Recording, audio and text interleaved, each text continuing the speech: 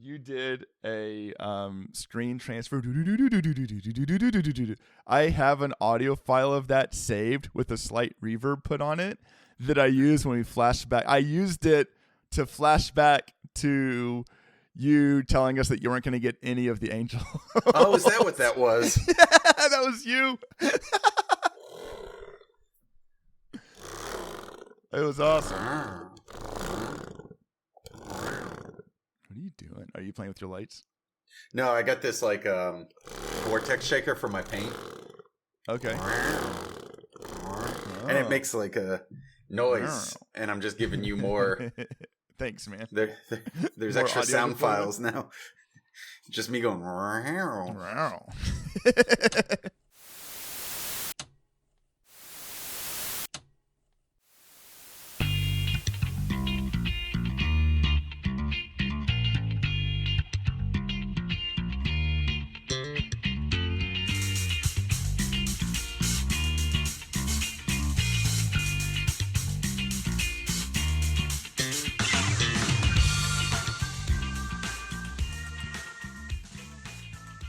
Hello, and welcome back to the 6th Street Underground, a Zenless Zone Zero podcast discussing all things ZZZ.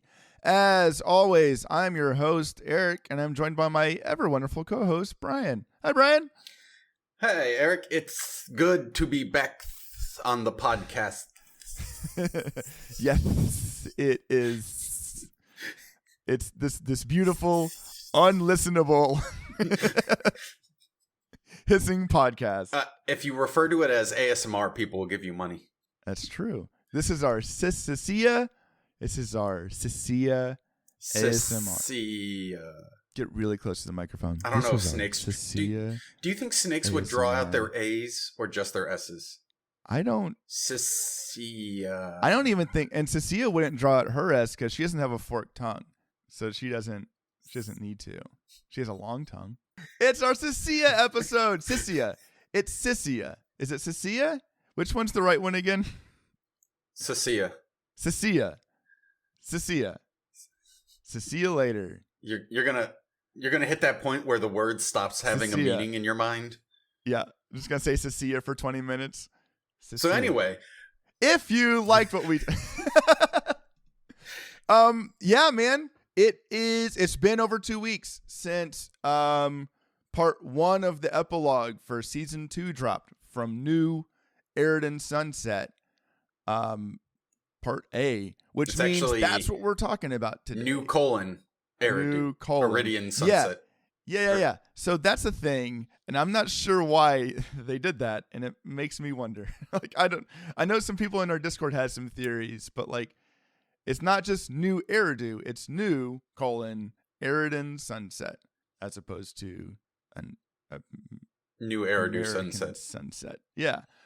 So that's our ham-fisted way of telling y'all that we're going to be talking about story today. So if you have not played the most recent narrative, you should do that before we spoil everything, because there will be some things that we can spoil.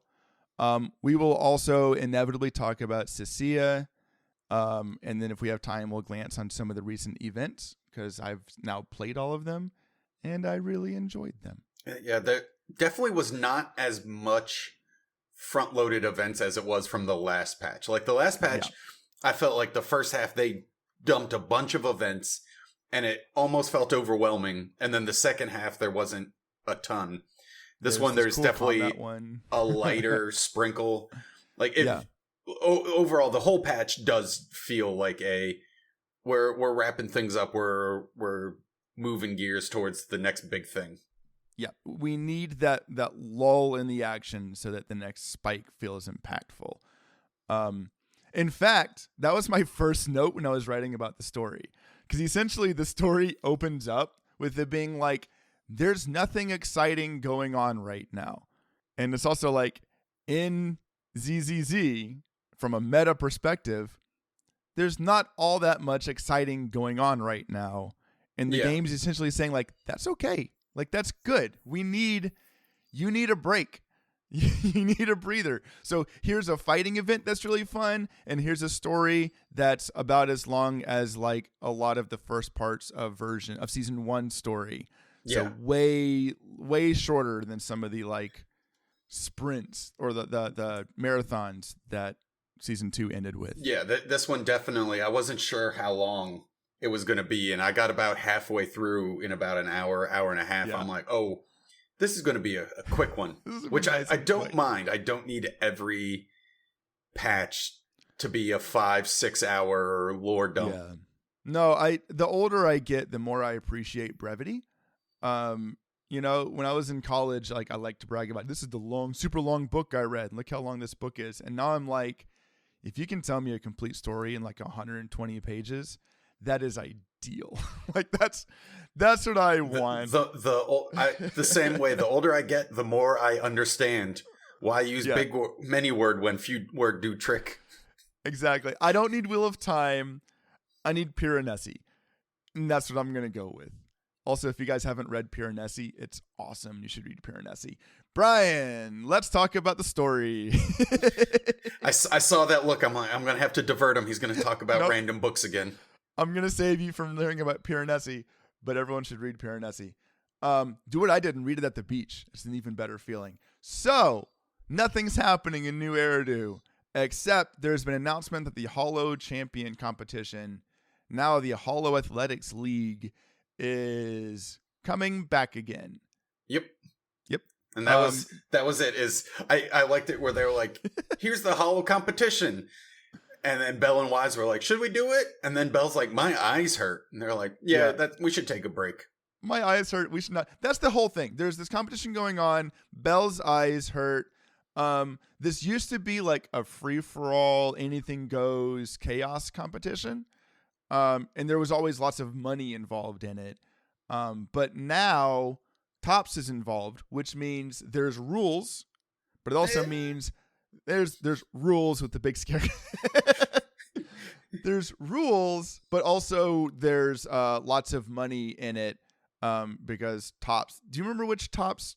It's a big top. Hold on. Yeah, I had it somewhere. I wrote it down somewhere too. Rusty Cliff Corp. Yep, Rusty Cliff. Rusty Cliff is involved with this one. And the moment they're like, okay, there's this 100%, this redundant data glitch isn't 100% fixed yet. So we don't want to use Fairy too much because we're still figuring that out. Also, when we try to fix it, Belle's eyes hurt. Yeah. So they're having this conversation. Yeah. I would just like, I mean, I appreciate that they had to set up some sort of tension. So they're like, getting rid of it hurts. So all we're going to do is just keep partitioning off the data and hope that eventually we can figure out a solution, which is fair. Like if you're fair. Like, I know trying to fix it's kind of like if you were trying to do surgery for the first time and they're like, you have two options. You can remove the leg, or what if we put a Band-Aid on it and see if that works first? It's got big, I'm just going to take this fire and put it with the other fire over here energy. I really liked that they're having this conversation about, well, let's just partition the data. Let's take it easy. Let's not do anything. No one's reached out to us. And like in the actual game background audio, you hear Nicole talking. And you're like, oh, geez. All right, here they like they did a really good bit of audio work by having like Nicole trying to barge in underneath the actual, I think it was Nicole. It was voices in the background. Yeah. It might not have been Nicole, but voices in the background as they're like, maybe nothing will happen. It wasn't Nicole, it was Norma. Yeah, it was Norma and Valina. And Nicole at this point, sometime around here, has been like, hey, there's money. We need you. Right? So let's talk about Norma. We have been shown what we can assume to be the first characters of season 3 proper. Maybe. I'm not sure if they're going to be I mean, I suppose that they have to be introduced as playable characters. Yeah, especially because Norma's branded with A's all over her body. I think we know what rank agent she will be. I think you're reading too much into it. I think she just likes that her name ends in an A, and so she put. She's like the first post by a but VTuber. Also they can't make her an A rank character if she's the chief technician of the Marcel group. Yeah, man, totally can't. Marcel group. Yeah. I think, even I put in quotation marks Marcel Group. Yeah. Because I think they make it very clear. They're like, pick a name of a company. Special Affairs Department. I like Norma whole thing. Like, she's got like her wrist guards look like the chambers of a revolver. She's got like it is neat that like the design for Norma and then also for Velina, who we see in a second there, it looks like ZZZ character design, but it doesn't look like New Eridu character design. Norma has big Digimon energy.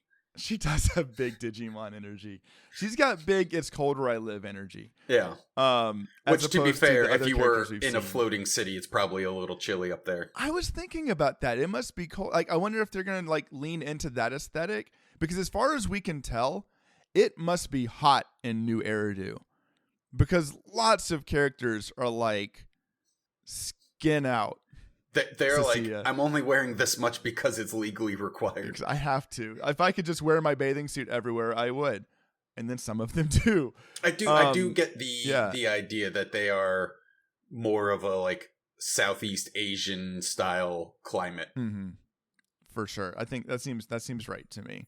Norma introduces herself, says she's from the Marcel Group Special Affairs Department, hands us a Magic Maguffin Bangboo that makes Belle's eyes feel better immediately. It's funny you say that, because I also wrote Magic MacGuffin medal. This is like our 6th Magic MacGuffin medal since like season 1 ended. I wrote down, I like it though. I like having like this concrete thing to pursue that continues to build out the world and also builds on things we've already seen. Like, it's made out of flint porcelain. Which I wrote down, Flint porcelain sounds like a Victorian child. Flint porcelain sounds like either Flint, it's a Victorian child. Like a Charles Dickens character would be named Flint porcelain. It's a D&D character, or it's someone's drag name. It's got to be one of those three. Flint. So this is the place. I wish they would give us a flashback, like an actual flashback, because they kept talking about how like, oh yeah, that's what was the creator's vessel was made out of this stuff. And I'm like trying to remember, what did that look like? Like, I remember seeing it, but it's been a while. I mean, I think it was basically just an orb. It's just a ball, a big old metal circle. Yeah. A metal sphere. Flint porcelain is really cool. They let Belle borrow it. Velina showed up. We got a cool cutscene of Velina coming in.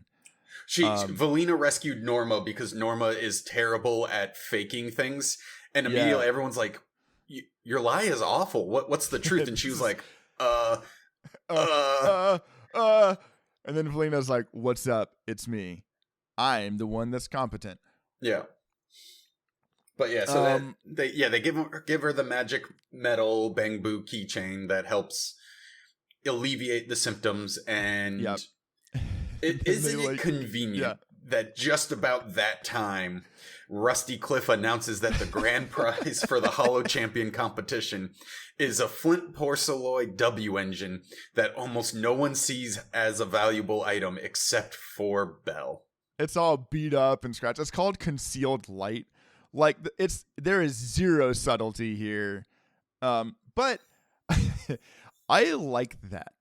Like, we cut out so much back and forth chatter and like people reiterating things over and over again and creating new names for stuff by just being like, here's the metal, here's what it does, here's the prize, it's made of that metal. Yeah.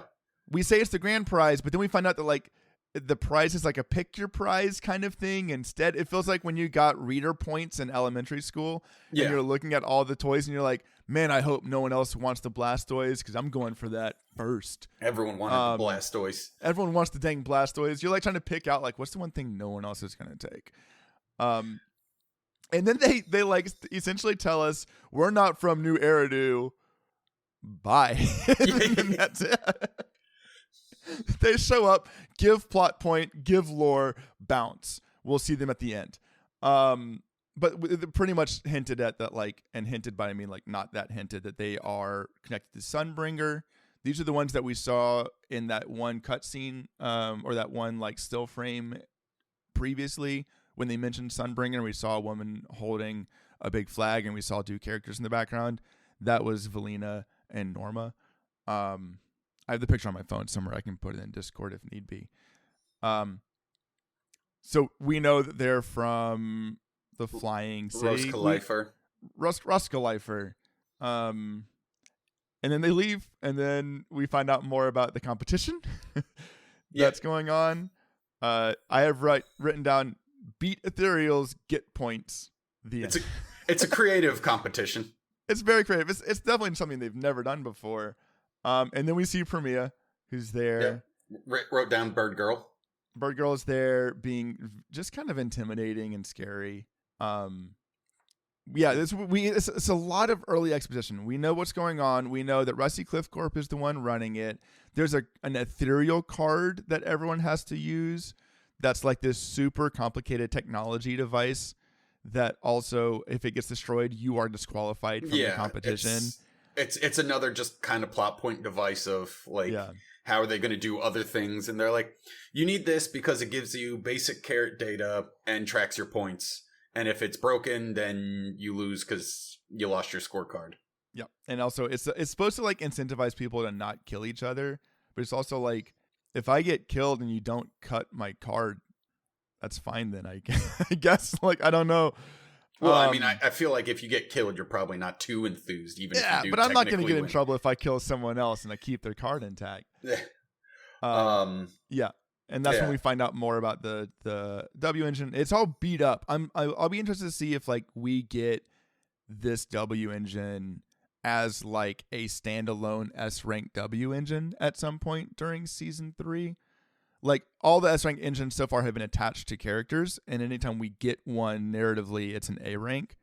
It would be cool if like end of season 3 or major point of season 3, we get this W engine and it's just like a really, really good S rank engine, the same way we sometimes get like a cool S rank character. I don't know. I don't think we're gonna get it at all. I think like it'll be purely a story W engine and like won't have any actual. Or I'll buy that. Yeah, like if it does, if we do get it, it will be again an A rank, and you're like, eh. Yeah, it's an attack A rank for an attacker, and it's got a really niche effect. I don't know. Yeah. It was cool to see it built up. And then they introduce a winged woman. The fallen angel Thyron, as I referred to her. Yeah. Ramiel? Ramiel. Ramiel? Who, also clearly very heavy on the angelic. Yeah. I did some research into that name, actually. It's a Hebrew translation that essentially says God has thundered. Ramiel was a angel mentioned in the Book of Enoch, which is an apocalyptic Hebrew text from like 300, 200 BC. It's apocryphal, so like it's not used as like canonical religious doctrine in most places. But Ramiel was one of 19 watchers that sinned and rebelled against God by mating with human women and created offspring that were called Nephilim and became fallen angels. And in addition to being fallen angels, they taught humanity forbidden knowledge. So like, I'm not saying that's who she is, but there's a lot of weight attached to her name and choosing that name for this character and making her angelic in nature. And having like the black wings and everything is all. Also, Ramiel was one of the angels in Evangelion. Mm-hmm. Wasn't that one like the big diamond? Yeah, like just the big diamond that just geometry. Hey, look. Yeah, it almost worked. Like you got a near impenetrable shield, and you just keep bombarding the ground. But yeah, that's why I recognize them. I'm like, and I mean, obviously they have had multiple references to Evangelion, so they're not fans. So they're whether or not they're going for the Hebrew version and like tying it to like the actual named angel, or just because it's they're like they cooked with some of those angel names, so we're just going to reuse them.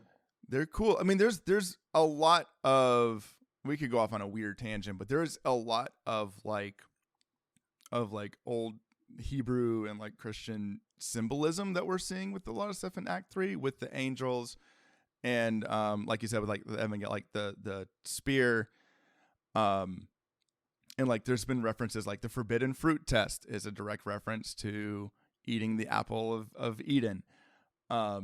They're definitely playing at least like thematically with things about like you got this. Come on. I can find your words. Sound it out. You can do this. Sound it out.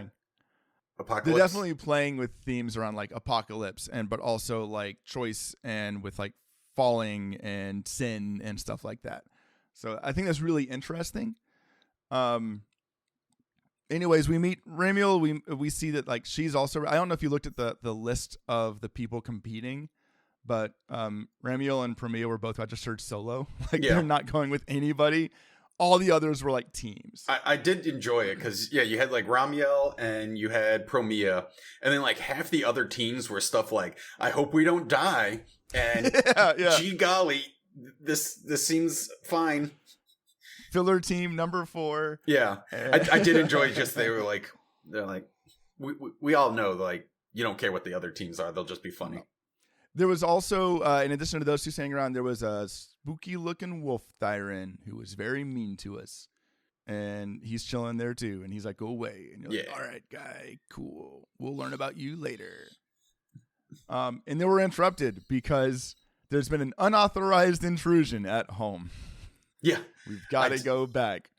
Yeah. Who could that be? And then a lot of people have talked, they've definitely gone back to the more fun, over the top cutscenes. Yeah.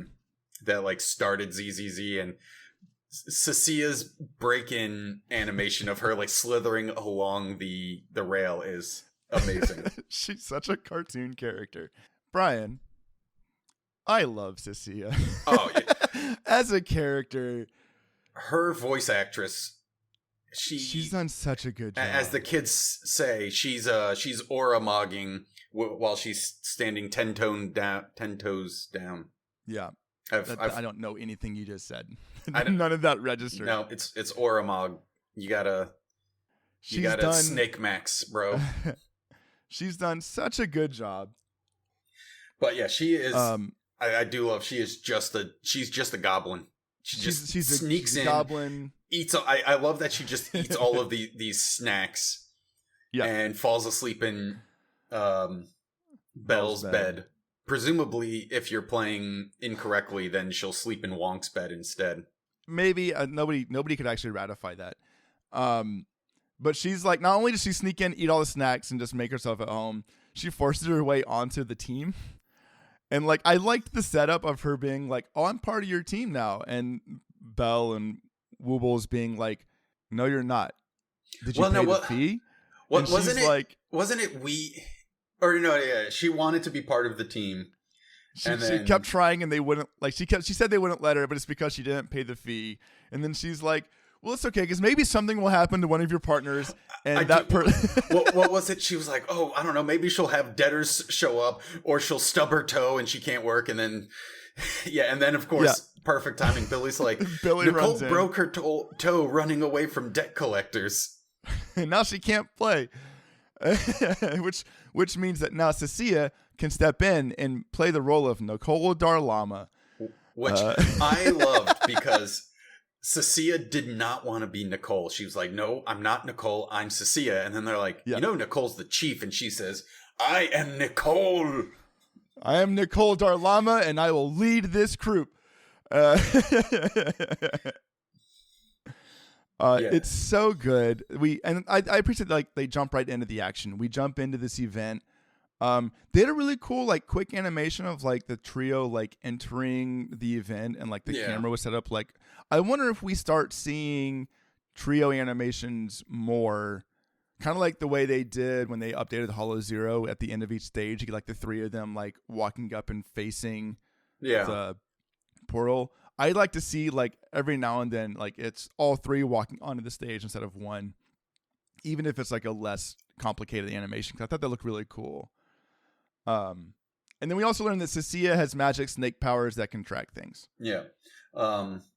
But also, Moores is back, which I don't remember. Moores is back. Yeah, I was like, I wasn't sure if you clocked it that he was scumbag number 2 from way back when in Tour de Inferno. Yeah, they brought a lot of because Cissia has some attachments to the Outer Ring, so they brought a lot of Outer Ring characters back. So like Moores is back working as a mercenary. Some of Sons of Caledon are participating in the event to kind of build their credibility a little bit. Moores is back and he's trying to make people break their cards. Like he's trying to get rid of cards. He's been hired by somebody to throw a wrench in this whole thing. He's doing obvious Act A of if there's fewer people competing, it's easier to win. Exactly. And then I have a bunch of my notes. I didn't write what was happening. I just have written down that, man, I love Cissia. I love this character so much. There's just so many little things she did throughout that were great. But yeah, in the middle of all of that, like they're doing fine.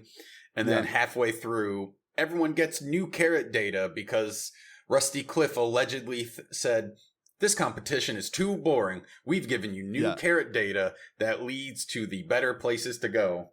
We're doing too good because we're doing a good job. We're clearing everything out. Cissia did at one point mention, she said, a person whose name can't be mentioned has an AI assistant as well. I don't know if you caught that line.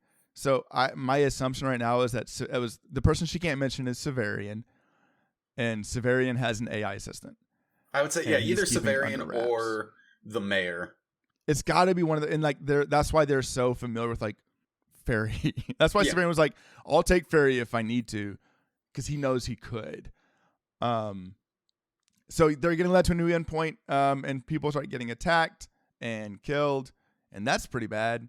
And then we get this whole moment of Belle being like, I'm gonna be everybody's proxy and get them all to safety. Yeah. And oops, ouch, my eyes hurt pretty bad. Yeah. Yeah, she's overloading her eyes. Hopefully that never comes up again. It's not going to come back again. We're introduced to a couple of things. We're introduced to the frozen ethereals that have feathers everywhere. They're like essentially dead, but not dead. They've been drained of all their ether. Yeah. And that's not scary at all. And so that's the real reason Cissia wanted in on this competition, is because she was ordered to explore what is causing these drained ethereals to show up. And there's these completely unrelated tiny little white feathers near the crime scenes. Who had feathers? I don't know. I was distracted by the fact that if you stop moving with Cissia, she sits on her own tail during her idle. Oh, I didn't notice that. Oh yeah, she stops and sits. She curls her tail up underneath her, sits on it, and puts her head in her hands. That's kind of like taps her fingers and waits. I love it. Then we are introduced more to Edgewolf, whose name is Romuald. Yeah. And I'm pretending like I hadn't already experienced Romuald by fighting him in Deadly Assault before doing the story. But Romuald's voice actor also did a phenomenal job. Yeah. The voice acting was... Romuald is always one word away from completely breaking and just like eating someone's arms or something. I did like that. Like they really ramped up the amount of cursing. Like, yes, I like the return of censorship. Like, it's so good. Yeah. But yeah, he is just straight up murdering people. And they even say like he's murdering people and then he's killing the ethereals that spawn from the corpses of these murdered people, which really kind of brings into question a little bit of the morality of this contest. Like most ethereals, like it seems like most ethereals are people who died during the fall of Eridu to one extent. So like this is a contest to murder people in a way. Like, yes, people can't be brought back, but like, you know, there is an element of like, but yeah, and it's got a zombie thing. But yeah, so we have this moment, and I like Cissia because she's not like over the top bravado. She is like, no, she's not, because they haven't gone into her backstory, but you can clearly tell she like survived being a child, did not like grow up strong, and so like she is terrified. She's like, this guy's gonna murder us. We have to go, and the only reason she sticks around is because Belle doesn't leave. Yeah, like we get a little bit about like she's a vulture. Like she was living by like scavenging behind the sweepers. We learned that Romuald was a sweeper. We also learned at some point here that Promia was a sweeper. Well, this is and the sweeper. Yeah, we don't learn this until after here. the Romuald stuff. That's right. But yeah, we find out about all of that. But then Belle's like, "No, I can't leave." And then Billy shows up, and I'm like, "Billy's not the best backup." Belle's been really cocky lately, like really, like setting herself up from for a pretty big Icarus-like fall. Levels of cockiness lately. Which, I mean, we've been talking about that for a while. Because, like, halfway through 2.0, she was referring to herself as a hero. And so, like, they are definitely building it up. Like, you know, she's gonna have a fall. Her body is rejecting everything she's doing, and she's still pushing past. But then right before we fight Romuald, the actual staff from Rusty Cliffs show up. And I wrote down, they said, "You've killed everyone. You need to stop. We have to do an investigation." Well, it was literally like, if you kill one more person, you're going to be kicked out of the competition. Which I'm like, man, that's some strong language. Like, all right, you killed half the people. Any more, and that's going to be too far. It's going to be too far. We're going to have to talk to. You're going to get a stern talking to. And I did like that Romuald, like, because Belle accuses him of creating the fake carrot data, and he's like, "I didn't do that." He's like, "It wasn't me, man." He's like, I was just murdering people. I am doing a job. This is what I'm here to do, and I'm also appeasing myself." But yeah, and then everyone goes back, and Romuald, despite literally having the blood of a bunch of contestants on his hand, they're like, if you break any more rules, there will be consequences. So I'm like, they really just don't care. Yeah, that's there's money in it. But then this is when they give us the background. We get sweepers. We get Cissia's backstory. We learn why Cissia is scared of Promia. Because that was Promia, like, walks up to her and she's like, "Oh, I didn't think you'd actually be brave enough to be here." And then and she's about to, like, so, like, Cissia is always waffling back and forth between, like, false confidence and absolutely terrified of anything and wants to run away pretty much all the time. I really like get it. It feels real. Like, it does make her feel more relatable that, like, because like, the things they're fighting are deadly, and some of it are, like, incredibly deadly that most people can't survive. Yeah. And most of the characters are so competent that there's no real threat. And Cissia's the first one who actually feels mortal. Yeah, for sure. I mean, I think it's especially coming off the tail of season 2, because it was all this, like, wushu style, like, super, like, everyone's a hero. Yeah. Everybody that we were working with was like, "I'm the greatest. I'm going to stop them. This is what I do." It's nice to have Cissia be like, "No, like, that's bad. We should leave. I know I can do things.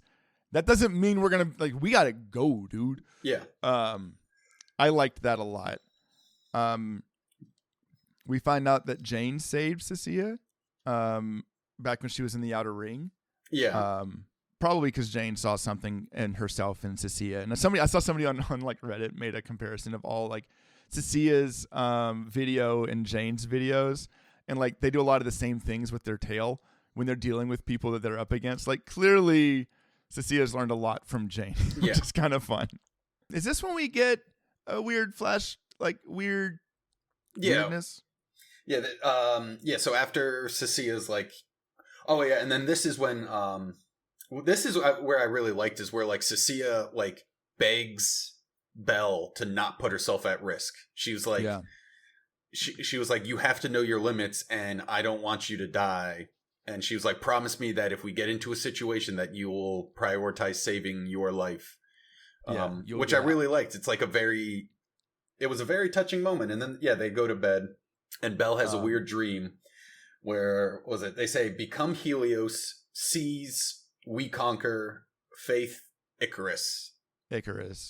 And then tell them I've already seized. Yeah, someone has seized the sun. And then also in that video, from Belle's perspective, her hands were gold and there were holes in her palms. Yeah. Which, if we're drawing connections to Judeo-Christian mythology, holes in the palms are directly connected to the Savior, right? That's all I'm saying. Is it's not an accident. So then she wakes up, cold sweat. She's on 6th Street. It's vacant, except for one fallen angel staring at a arcade. Yeah. Which I like, because Ramiel, she was like, well, in past games, or past editions, if you put in the Konami code, you would just cheat. And then they're like, oh, they fixed that by if you attempt to put in the Konami code, it just bricks your device. You get messed up. We learned that Ramiel has been around for a long time. It's also hinted that she can read our nightmare. Yeah. Right?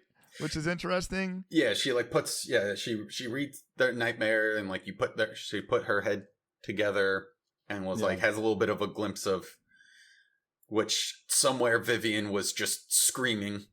She said, "No, right? Only I'm allowed to see Faithin's future." No. So I think that we should she uses like a fighting game as her metaphor for things, which I think we should do more of in stories, is use fighting games for veiled metaphors. Yeah.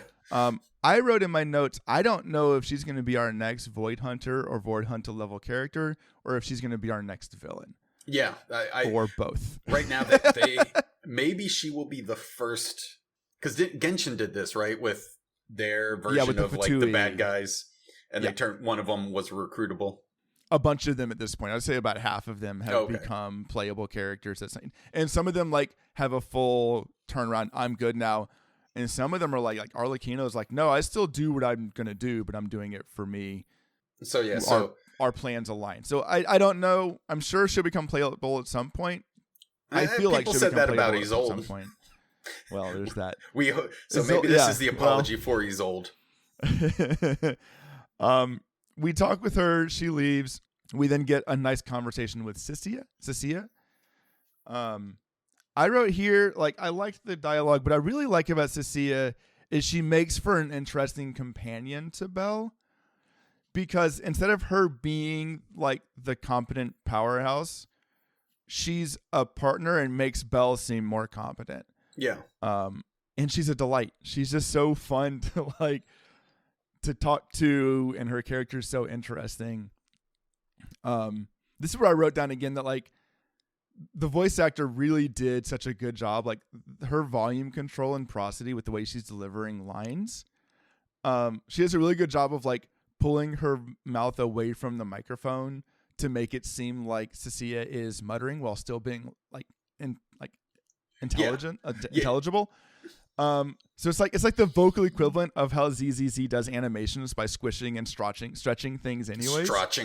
Stretching. They stretch things. I just thought it was really cool the way Cissia, when they gave her this time to speak, like she's done a really good job. The character's written well and she's voiced extremely well. Yeah. So if Cissia's voice actor wants to be on our show, you are always welcome. And I'm not going to drop this.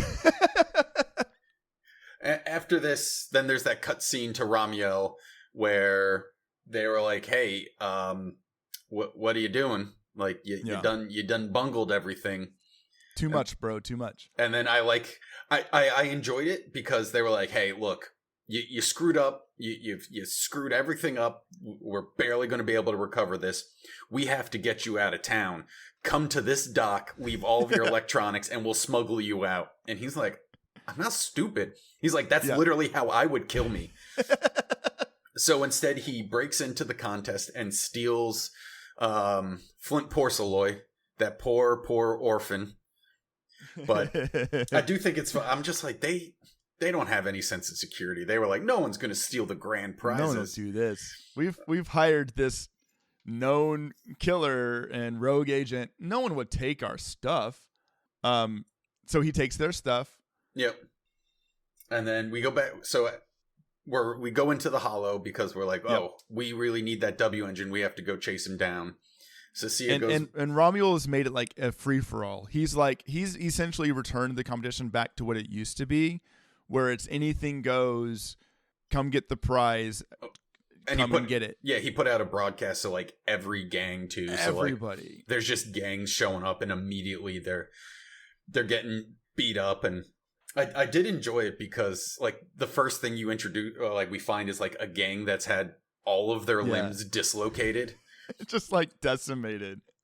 They're like, we give up on account of all of our joints are permanently destroyed by Ramia. I like this. Like they're trying to figure out what's going on. And Lucy, like the Sons of Caledon are there, and Lucy's there, and Lucy just like figures it out immediately. Yeah, she's just like, "This is what it is. Don't listen to the morons. This is what's gonna happen." I kept waiting for the Sons of Caledon to like come back in. You know that one point early in the story when Billy showed up to help save them when they first confronted Romuald. I kept expecting like the Sons of Caledon to roll up and be like, "We're your backup. Let's do this thing." And they kind of do during this event, but we then send them off in a different direction. But I also was like, it's not a Sons of Caledon story. Well, so. I was like, but they're also only halfway through the story, so there's a chance that happens instead. Because again, you know, these have been really bringing the original cast back. You know, we're back to working with the Cunning Hares, who we've not really done anything with for a while. Yeah, especially with I think Billy's alt is official now. So like we know that S rank Billy is coming, and S rank Billy connects both Cunning Hares and Sons of Caledon because he was in Caledon. Yeah, exactly. So we also learned that Cissia can't ignore Severian's calls. Yes, she tries to, and she just can't. I did love it. Yeah, she was like, he set it up so even if I don't answer, it just automatically picks up after a number of rings. Comes through. She is locked down. But I enjoyed the scene where she captures some more criminals by using Ramiel's takedown, and then like I enjoy that, like as soon as she's confident she has like the upper hand, she takes it to like 11. So as soon as like they start giving up, she's just like, I am the biggest, the baddest, the most. And they're like, we're gonna fight, and she's like, wait, what? It really does feel like her trying to do, like she's trying to be Jane, because that's what Jane would do. But Jane would know exactly when she has power and also know how to like delicately step away if need be. Cissia's like, oh wait, I was wrong, and just like tucks tail and runs. Yeah. Like completely bails. Oh man. We exploring again. We're trying to get to Romuald. We're trying to get to this W engine. We find out that like he has the W engine because the box was there, but the box is empty. Yeah. And Cissia is able to use her magic snake powers because Belle isn't supposed to use her magic eye powers. Yeah. We start coming upon Faded Ethereal, so we're on the trail of whoever it is that Cissia has been chasing. And then we run into Promia. Well, more of Promia runs into us. Promia runs into us. And we get one of the best animations we've gotten in ages. Yeah, it was such a cool fight. And I really enjoyed it because it was cool. Like Promia just came out and she came out swinging. And Cissia, like, I love it because she was like, we can't fight her. And then the second she, like, Promia, like, tries to hurt Belle, something switches and she was like, okay. She's like, let's go. And, you know. I mean, Cissia held her own. Like, Promia outclassed her, but not so much that it was the typical, like, anime thing of, like, they're on even footing and then Promia's like, oh, I guess I gotta get serious and unhandcuffs herself. I did a good job of making Cissia seem strong while still making Promia seem scary. Yes. Right? Which is what they needed to do. It also, like, I had thought that Promia in the flashback was like going to help Cissia, and so like when they would see each other again, she'd be like, this is a misunderstanding. Was not the case. Promia's like, I'll kill you. Well, I still think that's the case. I still think she was trying to help her in the past. Yeah. But Promia is still a sweeper, and she was told she's also hunting these faded ethereals. So she attacked because she does mention later that she apologizes for rushing to a judgment. So like if she was actually just trying to kill them and like didn't care one way or the other, she wouldn't have said, my bad. I'm going to go now, though. See you later. Really cool fight sequence though, really hyping up Promia, who we know is coming as well. Also, you have to remember, Promia is a member of Krampus, and every member of Krampus is a cold-blooded killer with a heart of gold. Exactly. They're clearly setting up for like part of Tops being a problem, and Krampus being our in to dealing with that in season 3. It's like, what does Krampus do when the head organizations are the problem, and if you don't stop them? Because that is, they've said it. It's like the whole point of Krampus is to keep Tops in line from creating this situation where the organization fails as a collective. So what do you do when half of the collective has decided that they're going all in on destroying everything anyway? Being a problem. So not long after this, we confront Romuald, or is it we find out more about Ramiel in the dungeon? So right before then, I just have there's like a side scene where they talk about the whole point of this contest was for selection. They don't say what they're winnowing some people down for some reason. Yeah, they don't say what that selection is, but that's kind of the only hint we really get to what was going on. And then then we encounter Ramiel. We fight him. And then Ramiel shows up. Yeah. To beat Ramiel. And we learn that she's the source of the freezing. Big shock. We learn that she essentially can just like freeze time. She chides Belle, takes the W engine, and bounces. And Belle like can see more than most people. Most people don't know what happened. Yeah. Belle was saw it frozen, kind of happen, but could see. And then there was like that flash of light when Ramiel steals it. And then she also, when she's taking the W engine, she says she's taking back what's hers. Yeah. So like maybe that's just going to be her W engine when she becomes a playable character. And that will be what it is. Yeah. I did write down that like this is where she's set up to be like a villain, but not really a villain. Like she's like a third party doing something.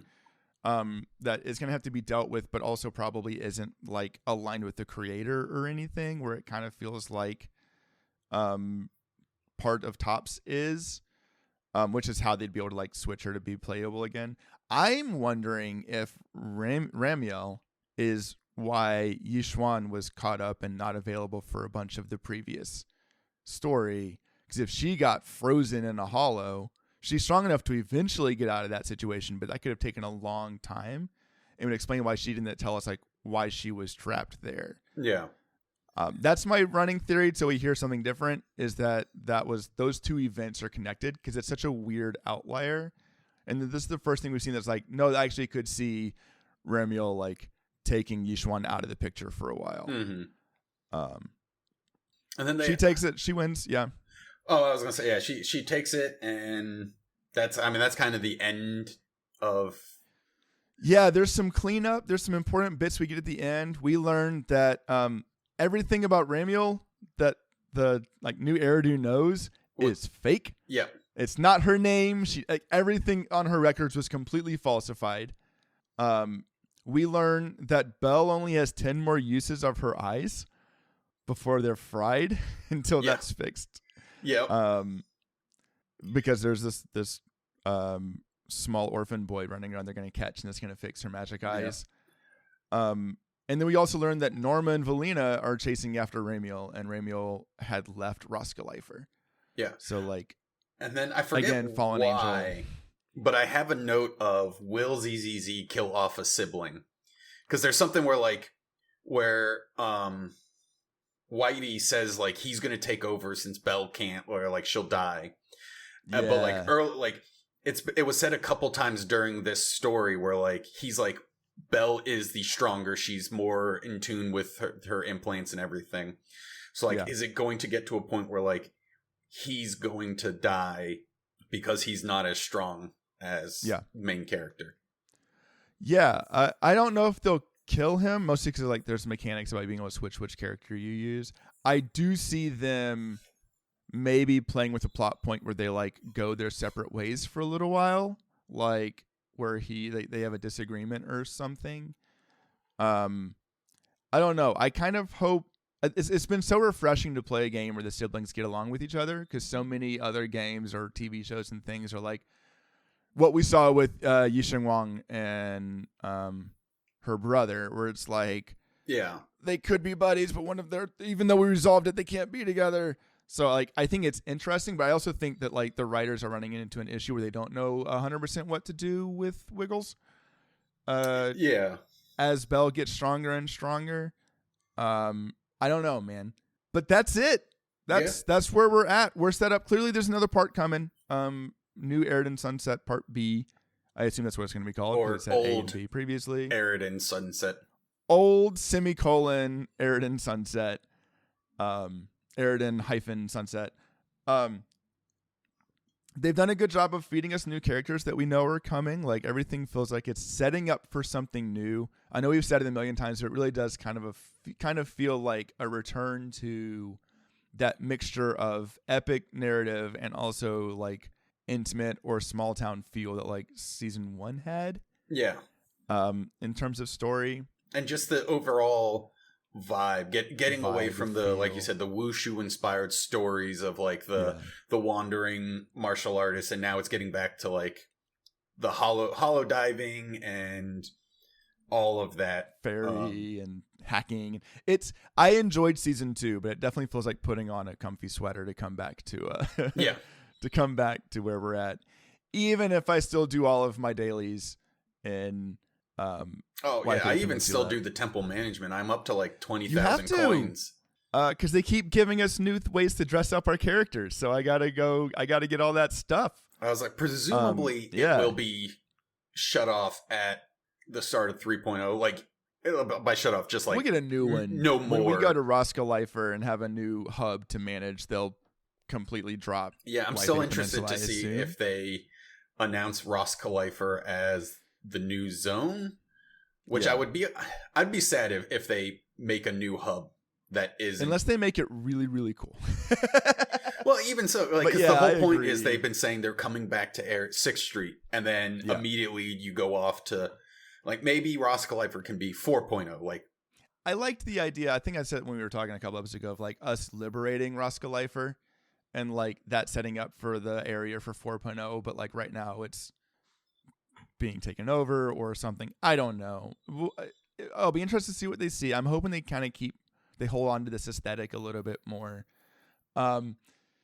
There's a weird history in MiHoYo games of the second major act of the game being inspired by China or Chinese culture. So like Waifei Peninsula, like in Genshin it was Liwei.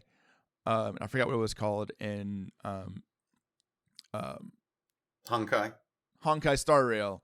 But also across all of those games, those regions have gotten so caught up in their own lore and like trying to make things feel a certain way that they are pretty universally like considered lower points narratively for some reason. Like it's complicated, but like MiHoYo has a history of like dropping a really strong Act 1, a less strong Act 2 that tends to be like more China inspired, and then bouncing back with a stronger Act 3 that kind of goes back to the game's original aesthetic and roots. Mm-hmm. So I'll be interested to see how that continues with season 3.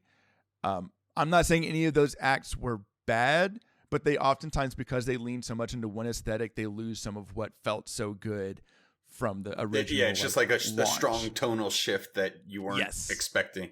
And then it like shit, because I was still playing Genshin when they went to Lightning Japan. Yeah, in Azuma. Yeah, and so like that happened. It was like then they go back. Genshin's in a really good spot right now with Nod Cry. Like it feels like a return to form in the same way that like it does kind of feel like they're like, okay, we did this, we've acknowledged this, we've created this part of the world. Let's go back. What was it that made ZZZ fun? Oh, right, it's jiggle physics, it's stretchy, pulley animations, it's snappier scare quotes writing, and it's this really cool and unique environment we've created. We more back into the nostalgic 90s vibe. Yeah, exactly. When this episode comes out, I believe Cissia will be out we're recording beforehand, but she'll be out. So if you are rolling for Cissia, good luck. We'll save it for next episode, but the battle between my head and my heart continues to rage. Yeah. About Cissia. There is no space in my account for her. She wants seed, and I don't have seed, but I love her. Yeah, and when we get her voice actor on the podcast, if neither of us have the character, that's going to be really embarrassing. I'm torn because I'm not interested in, presumably Promia and S-Rank Billy will be in 3.8. They're next. Yeah. And I don't particularly care about them. But I kind of do. I don't need you know what I mean? I don't need someone trying to fight Miyabi because they're not going to win. Yep. And I might, like, go ahead. Vash or Billy the Stampede, I'm more interested in just because he looks cool. Yeah. And Promia, again, I don't need he's Promia. A physical rupture. Yeah. We have Ye Sheng Wang. You're not hurting for physical. All three of these characters are ones I'm interested in, but my account doesn't need. Yeah. So I may end up just doing going to pity once. And if I get them, cool. And if I don't, then I'm set up, and that changes the equation for the next character. Mm-hmm. Because I also, we keep saying it, but they're going to want to launch 3.0 strong. Yeah. And so it's hard to tell if these characters that are coming up, are these a Hugo situation where they're cool if you like the character, but you don't need them? Or are they a Vivian situation where they're going to be best in their role until most of the way through the season? Or like an Astra Yao who went from being the character on every team to the character on most teams to a character you still use now, even though we're coming towards season 3. Yeah. Right now, some of these feel a lot more like Hugo's than anything else, but I don't know if Promia will end up feeling a little bit like Vivian, who was a mainstay until Nangong came out. As always, though, roll with your heart. Yeah. And I will say, be cautious. I am happy we're getting away from the Angels of Delusion era. Yeah. Because I still have, I have tried a lot. I cannot get the full Angels team to work. Really? I used them in Hollow Zero last week, and I enjoyed it, but it did feel a little bit wonky. Yeah, well, Hollow Zero at no difficulty isn't that bad, but for this Shiyu defense, I probably won't finish this Shiyu defense because I tried using them because they're clearly the elements and everything. They want you to use the Angel team, and I cannot get them to do the damage they need to. And I got so frustrated trying time and time again that I had to step away. I was like, I'm not having fun with the game. I'm so frustrated. And I'm like, it's a game. It's supposed to be fun. So I was like, screw it. I will just skip this 5th node of Shiyu defense because I'm not having fun. Every time I use the Angels, they don't feel comfortable. They just, it doesn't vibe with me. Do you want my teams for this round that made it pretty easy to clear? Sure. The first round is easy because they're weak to electric, so it's Sanbi. The second one, the one that's keyed towards the Angels, I did Miyabi. Nangong, Yuzuha. Okay.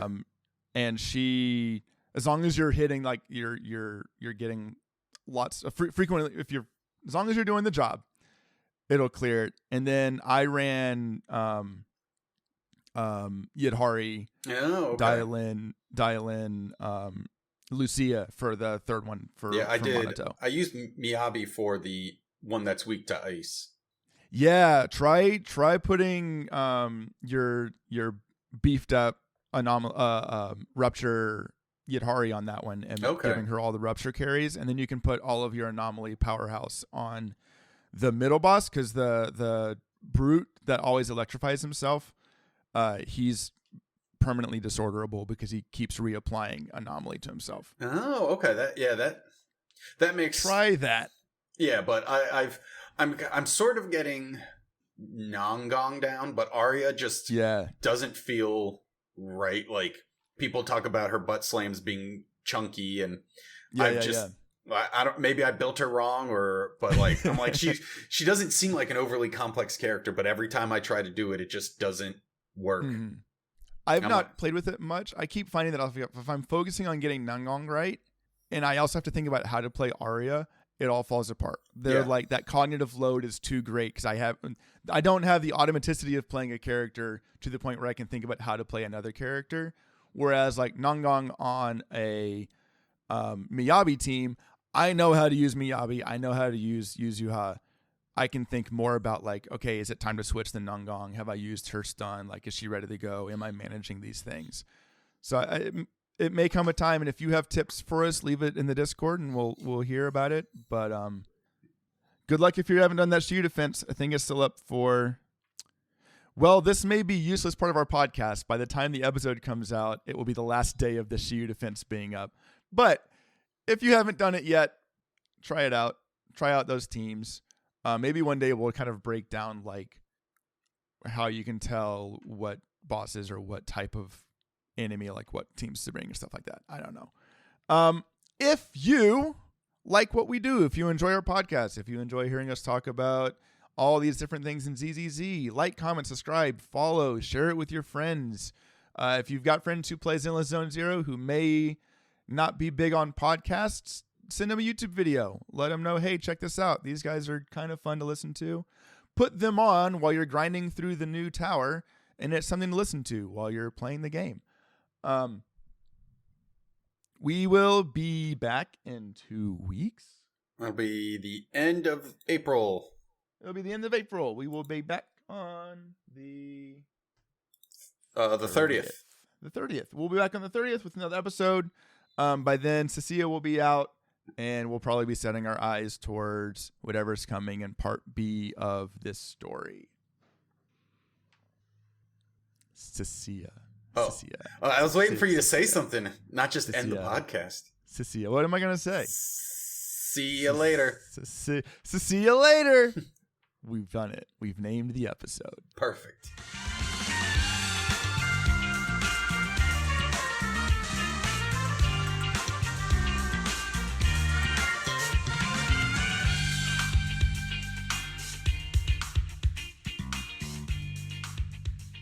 Wow.